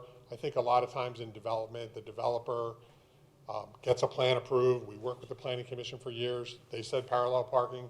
They said one-way streets. We did that. We put it on the plan. We recorded it. And then Ryan Holmes is selling homes. The salespeople in their office, I don't know exactly what they say or show, but nobody was misleading anybody. It was always on the plan. It was always intended to be. Somebody made the comment tonight that we're shifting things to one-way street, to one-way streets when they should have been two. That's not the case. They were always one-way streets. So we want to work through this. If you could give us 5 minutes to go outside and check with Greg Absolutely. and Brian on what they've laid out. There's nothing in here that I see as an issue. Yeah, there's things that will cost us, but we want to work this out. Let's do this. Let's take a recess until 8:15. That gives you 10 minutes. Okay. Take your time, and then we'll reconvene. The one thing I want to lay out is that the issue of one-way, two-way streets, that has nothing to do with that. No, understood. So Understood. I'm happy to do that. It's up to you guys as a township to figure out, well, I can't remember whether it was Andy Heinrich or whoever, but somebody made the decision, these have to be one-way streets. If you want to make them two-way streets, I'm fine with that, but I don't think I can make that decision, Okay. okay? So we're going to reconvene in, at 8:15. That gives the board a few minutes to confer with our solicitor as well. So let's come back out at 8:15. Mr. Chairman, can I request that that the township engineer participate in our discussion so that Okay with that, Nate? we understand if there's any concerns from that end? Absolutely. Okay, thank you. Thank you. Thank you very much. All right, so when we left, I was given the accolades to the residents for everything that they had done, the work that they had put into this. And then I had told Brian that I would give them an opportunity to rebut and have discussion. So I'm going to turn it over to Brian, and you guys can have your say. Well, I guess at this point, having had an opportunity to have a conversation with my client, with our engineer, and with the township engineer, I don't think any rebuttal is necessary. My client's willing to accept all of the items on the list. There's a couple of, and with the condition that it not require any zoning relief, which we don't think it does, and with the condition that it be approved tonight by the Board of Supervisors. And So I don't know, Nate, you were in the conversation, and I'm going to open this up to Nate and Tom. I think it could be approved tonight, but there would have to be a lot of verbiage that would have to be added, and I think it would be very confusing. I don't agree with that at all. I think what you would say is, we approve the minor modification to the plan. You love that word minor. Well, that's what it is, really. So, Is de minimis next? Yeah, I understand what you're saying, but really it is what it is. I mean, look, we couldn't make the modifications if they weren't minor. The development's already built. So that's really what it is, truly. We can make, you accept the minor, I think the motion is very simple. We accept the minor modifications with the friendly amendment suggested by the neighbors, subject to the approval of the township engineer. That's it. I think it's that simple. Well, I would also add in that verbiage the township solicitor, because there's going to be some. No, I can't support that without seeing the changes on paper. All right. But what I'm saying is, even if the motion was made, I was just trying to finish his sentence, that we clearly couldn't do it unless it was something that was approved by our own solicitor as well. I have no problem with that, and we'll share a copy of the final with Tomas, so he can look at it as well. And I also wanted to also throw another option out there as well, because this is something that I've thought about as well. Our next meeting would be in 2 weeks, roughly. I don't have a problem having a special meeting for you guys if it were to be 2 days from today, 3 days from today. But here's the thing, the residents don't want to have to come to another meeting, and the developer doesn't want to have to come to a meeting. For us, it's time, they don't want to have to do this. And for my client, it's a lot of there's a lot of extra dollars going into this, and there's no need for more. I mean, I think we have it. I don't think there's any additional meeting necessary. So Tom, I'll get your feedback. Obviously, we are a board of three, so what I say is only second or not. So I'd like to get Tom's opinion first. Well, I mean, I appreciate all the efforts everybody made, as the chairman indicated. But I'm concerned that it's one thing to take 15 minutes and say, we think we can do all these things. You really don't know that until there's some engineering done, there's some more work done on the project, and Nate reviews it. For example, I heard you say that you want to put gravel in that grass strip parallel to the road. I'm not sure that's a satisfactory solution. I'm not sure the homeowners association wants that. That's just one detail. So it seems to me, Mr. Chairman, that it's more prudent for them to put something on paper and probably go over it with the homeowners association before they come back to the township. The homeowners don't have to come here again. And frankly, you don't have to come here again. If you come up with a plan that everybody signs off on and Nate says is satisfactory, it shouldn't be an issue. And I want to spell, I read through this as quickly as you guys presented it. I like this. I like it a lot. I think it makes perfect sense. I think you guys agree it makes perfect sense. And as I said, my offer stands. If in 3 days you guys all say, okay, we hammered it out, it's all written up, and Nate agrees, you agree, Tom agrees, then we just need 24 hours to advertise a meeting. We'll have a special meeting and we'll resolve it and put it to bed and move on. I don't think anybody wants to drag this on any more than. You're not going to send us back to the planning commission and more meetings. I mean, it just always snowballs. Yeah. And we can't do that anymore. It's down to us now. Yeah, and trust me when I tell you, I'm not changing my decision on anything other than what's on this paper right now. So in other words, I'm not gonna come back to you and say, oh, and this, oh, and that. That's not gonna be what I'm gonna do. Couldn't you approve it tonight, subject to working out an agreement, Tomas, on behalf of the homeowners? Yeah, that's us all and we're Nate, that's all we're asking for. All reaching agreement. Yeah, We're not going to do anything unless everybody agrees. And another example is the traffic engineer has to weigh in on it one way or two way. The police chief has to weigh in. I mean, The fire department has to wait. Hate the traffic. well, he isn't personally. I'm someone saying in his he's going office is. to be part of what we're all So- working through. Well, we would agree that Nate can review it with the chief, the fire chief, anybody that he wants to review it with, and No, I his. have to say, Brian, I can't remember one occasion where a board ever approved anything that they haven't seen. Right. I just don't think it's a prudent thing to do. Yeah, I understand what you're saying, Tom, but I just, you understand also what I'm saying. We're glad we've been able to come to a resolution. We'd like it to be done. Well, you've been at this since October, so waiting another That's what everybody always says. It does. weeks isn't going to hurt anything. So, Or and I even don't just want it to go, I'll be honest with you, I don't want it to go another couple of weeks, because all we're doing is kicking a can. Right, but Nate, how much time do you realistically need to get the answers from the traffic impact, to get the answers from your traffic engineer, the chief for both fire and police, as well as a representative from I guess, Tom? Yeah, I mean, look, conceptually, I'm behind it. I think we're close to what it is. The devil's always in the details. There's not that many details to be worked out. And I think to your point, just seeing that information on a plan, clarifying that is what sounds like you guys are looking for. But yeah, we'll turn that around within a day or two once we have that clarity, and I think we can make that work. And Mr. Newell, Yeah, he's got the Fast heavier can you lift. draw it up? Somehow I knew this was gonna end up coming back. So can you put your plans on hold for the weekend and do some CAD drawings? So we would work on it. The reality is the changes here aren't significant as far as getting something to Nate to show him the layout to go on from that. We can move quickly to get that done. In a couple of days, we'd have that ready for you to go on. He and I could go over the details of stormwater management.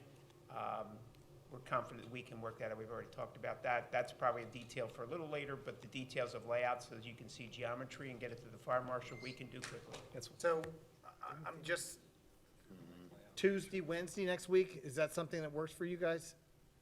Yeah, I mean, we'll do it as quickly as we can. Nate will do it as quickly as he can, and everybody's busy. And the other thing is, it's not like the board's not going to see it again. The board has to sign it before it gets recorded. And I also wanted to say real quick, just because how this will probably transpire is that we'll end up doing a special meeting. It's going to be advertised within 24 hours. I can tell you with utmost certainty, keep your eyes out, because obviously I don't want somebody coming in thinking we pulled the wool over your eyes. I can tell you, if you ask me right now if I like this, I do. I like it a lot.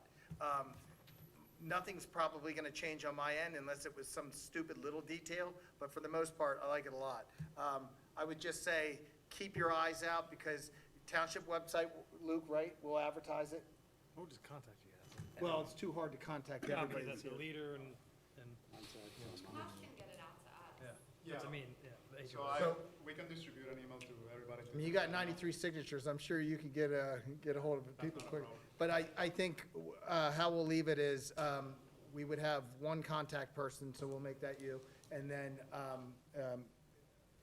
we'll obviously go Well, through I have a question. the protocol that we would normally do, which would be 24 hours notice in the paper, and then probably on the website. But to Tom's point, if Tomas and his group have signed off on it, and Nate signed off on it, it's possible nobody even needs to come to that meeting.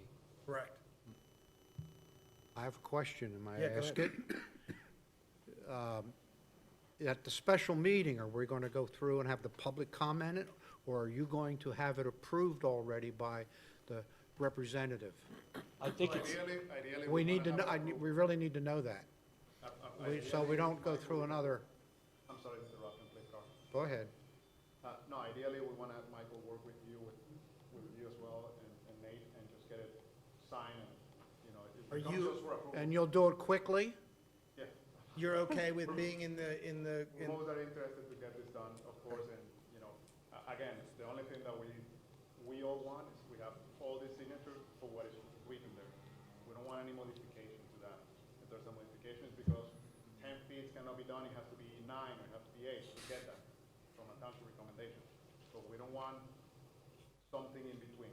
yeah, Yep. just because this wasn't discussed, but there's a possibility that the municipal authority might say, hey, you can't go 10 feet Correct. over where their facilities, you can only get within, 2 feet of that or 3 feet of that, it might be 7 feet, so. That's why I'm going to leave it up to you guys to address this with all necessary and needed parties, because, as I said, the ones that I can think of off the top of my head are going to be the police, the fire.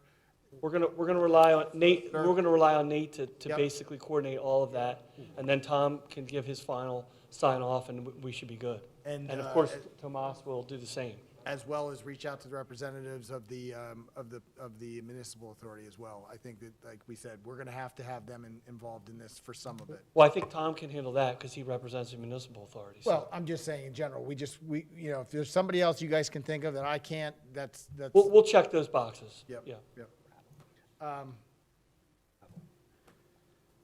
All right, so. Nate, were you gonna say something? Yeah, can I say, excuse Absolutely. me, one comment? The one discussion we did have was concerns about being able to pave that Right. versus maybe installing it as a gravel, so that 4 or 5 foot extension.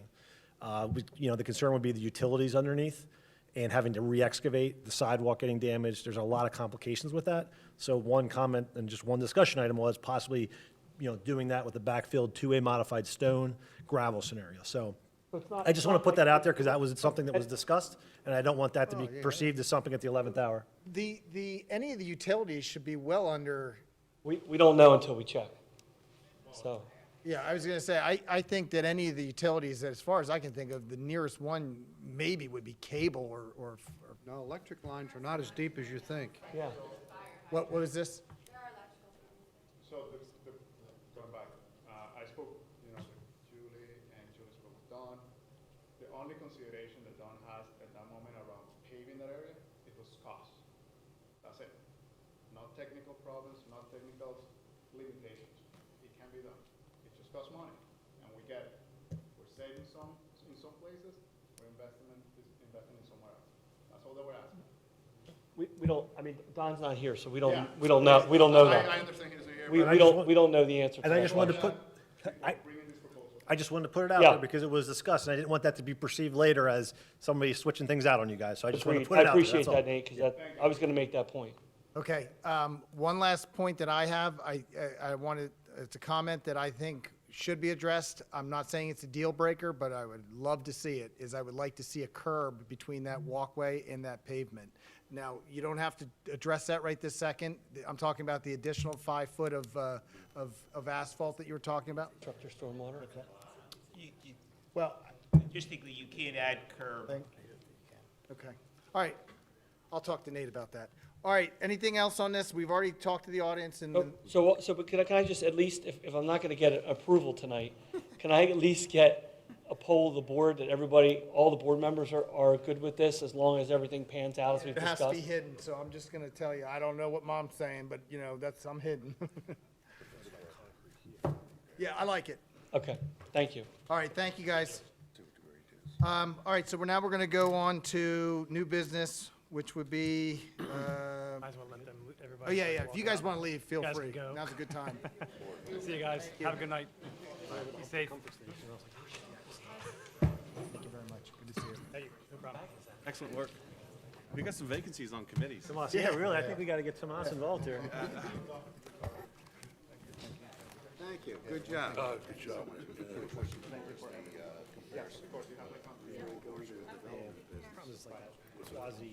Maybe you should go Or into the development solving, thank you, guys. See ya. All right, Chief, I'm gonna turn it over to you for the memorandum of agreement for the police starting salary.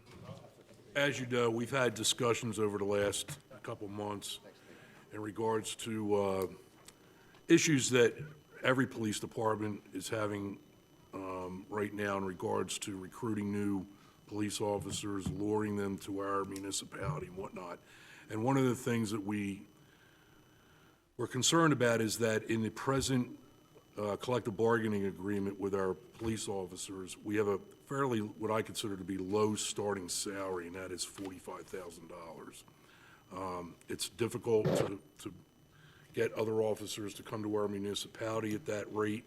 We've had a number of inquiries from officers from other agencies about coming to our township, but they can't start out at this low of a salary. So after discussing this with the police bargaining unit, we are respectively requesting the Board of Supervisors to consider amending the present collective bargaining agreement to reflect a starting salary rate for the years 2022, 23, and 24 of $55,000. And then in addition to that, there is a provision that allows a higher starting salary based on an officer's years of service, specialized training, education, and whatnot. That range would change from 45 to 55 to 55 to 70.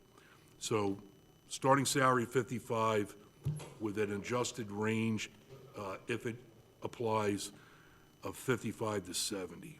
And that was agreed upon by the collective bargaining union, and I believe, Mr. Scribner, you have the document signed by the president of the association. So I would just respectfully request consideration of amending the present bargaining agreement. Okay, and do I have a motion? I or any move we oh, I'm sorry, real quick. Do any questions first? No? I move we accept the revised MOU regarding starting wage rates for new officers. I'll second. All in favor? Aye. Thank you. Thank you. I'm going to turn it over to Luke for the budget process for 2023. Yeah, my apologies for the late agenda item in this matter. This kind of was a brainstorm session that Vice Chairman Croft and I were having. It's about that time of year when we need to think about budget process for 2023. Let me start with just kind of the legal framework. The Township Code calls for the manager to make a proposal for a budget to the Board of Supervisors 45 days before the end of the fiscal year. At no point in the history of East Brandywine Township has that been the entirety of our process. Last year, I was responsible for preparing a draft budget for the board's consideration. I presented that draft budget at a special meeting of the Board of Supervisors. Prior to that, both my predecessor and I developed budgets with the assistance of a budget committee. If it is the board's intention to again use a budget committee, I would suggest that the time is now to begin the process of staffing such a committee so that we can begin the process as soon as possible. So I've asked for this agenda item more or less as a brainstorming session on what the board's vision for a budget process for 2023 should be. Can I take over a little here? Oh, good. Part of Go our right ahead. discussion was, first of all, if you're interested in a budget committee, I will outline kind of a revision of how we've done it in the past to make it more efficient. I'm always in favor of the budget committee. I feel as though it gives the public an opportunity to be involved in the township with which includes their funds and their taxes and their money. So that being said, I don't know if there's a set number that we have to have. In the past, we've had volunteers, but I guess by virtue of a public meeting, we ask, if it's agreed upon, we would ask and see who steps forward and then possibly advertise it. But I think the board should set it to a number because Right, I'm recommending 5 instead of the 9 we used to have. yeah, I would. Also, the whole thing about people coming back in and giving presentations every time. It's gotta be.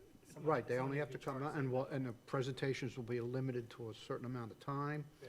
And we're gonna meet more than once a month so that we move it along. We've already talked about revising the format. We don't need 5 or 6 years worth of actuals. We only need 20, 21, and year-to-date 22, which will make it easier. We'll get rid of all those zeros. The 5, hopefully, I would be an ex officio member, and so would Jason and Kyle. We can attend any meeting, since they are public meetings and they are advertised. And again, each department head will make their presentations, maybe limited to 10 or 15 minutes, so that they hit the points. We don't need to worry about how many staples you're buying. Sure. And that's how we envision it. But limiting it to 5, and hopefully we get some new participants with, hopefully we get somebody with experience in budgeting for governmental units. It is different than budgeting for a business, some similarities. And our budget is, we're not starting from a mess. Correct. We got a pretty good handle on the budget. So hopefully, we can approve setting up the budget committee, and Luke can start. And I would assume, if you guys are okay with that, we'll make a motion to make it 5. I think from Yes, you guys. 5 members. So let's make a motion to approve the budget process with 5 members, including 3. Plus the 3 supervisors. Correct. And obviously, if we can attend, we would be able to, but we would be making it a total of 8 if all Right. of us were there. So moved. Second. All in favor? Aye. But Luke, I was gonna say, I guess maybe put it on the website as well as possibly in the mile marker if we have beforehand, if we have enough time. If we don't, no big deal. The current mile marker is at press. Okay, So all right, we're fine. we're a quarter away from being advertised in that way. All good. I can solicit through social media and the website. Yep. And with an eye, shall we say, try to build a slate of candidates for your consideration at your PM session in July? Sure, and I would also say if you don't get enough new members, then if we're trying to meet our 5, please reach out to the past members and see if they have any interest in it. And you guys have a list of those as well. So Right. And some of the past members would be acceptable. Sure. I know over the years I was involved in, a lot of them did not attend regularly, and they're the ones I'm trying to Understood. Okay. So, retire. Carl, so that means we're not technically members, we're presenters now? We're presenters, yes. Okay, so then I don't think we have any subdivision and zoning applications. I don't think we have any ordinance for resolution for consideration. I thought that's what you Do we have any public comment on non-agenda? Bruce, please come up. Again, this is public comment on non-agenda. Non-agenda items. Yep. No, I just wanted, because I got cut off. I'm sorry. What happened to the other people with the spring house? The Planning Commission has received quite a few applications for ex officio members. We're asked them to come and attend some of our meetings to see what they like, what's going on. What I would like to know from the board is how many members should we carry, because they would be non-voting members on the Planning Commission. Would they sit up front, and we don't have to make that decision now, but with our next meeting, we're inviting, what was it, 4 or 5? I think 5 coming to the meeting, which is great. We've never had that many people. So we had to let them look at it, see if they like to be here, and then who's going to give them best. But we might have some attrition in years to come that we need to have. We don't want to lose those people. No, I agree. So this is a good thing that we're at right now. So, If I may, Mr. Chairman, when we're talking a budget committee, we're talking about an ad hoc committee. There's nothing in our code that describes the qualifications or the makeup of a budget committee. The Planning Commission is different. The Planning Commission is described in our code, and I have projected the membership section of our code here. So what it reads is that the Board of Supervisors shall appoint 7 members of the commission. There shall also be up to 4 non-voting members of the Planning Commission. So within that framework, the up to 4 appears to be the discretionary element. Yep. so would we, if we take all 4, would they sit down in the front, or would they sit on the? I don't have a problem. I guess I would leave that up to the planning commission to make their decision. If you guys are, I mean, again, if we're in a COVID type situation, you probably don't want that many people up there. If we are in a Like tonight's room? Right. So I would say that's up to the chairman Okay. to decide, and Well, I think it's a good thing we I finally agree. got. I will also say, selfishly, I think that if I was on the planning commission and not a voting member, I think I would like to be part of the planning commission and not sit in the crowd all the time. I would agree, so. So I, for what it's worth. So we'll see who comes, who's really interested in going from Yep. there, but I just wanted to let you know that we have some positive things going. Perfect. Thank you. Thanks, Bruce. Thank you. Anybody else? Nope. Okay, no notices, other than, anything, do you have any notices you can think of, Tom? No. All right. Do I have a motion to adjourn? I move to adjourn. I'll second. All in favor? Aye.